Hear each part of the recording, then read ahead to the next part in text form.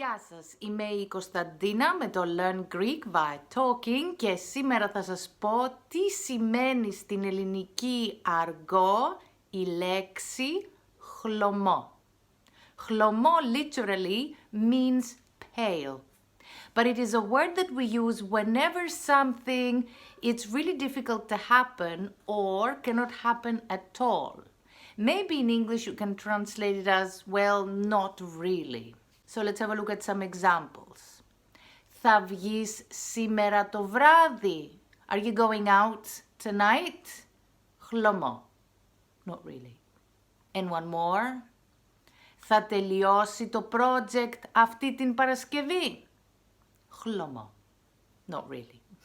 So if you want to practice more with this word, feel free to do so in the comments below and I will happily assist. Otherwise, if you're interested in one-to-one classes, let me know because my teaching method can really boost your speaking skill and it is as fun and effective as these videos. I'll see you on the next one then.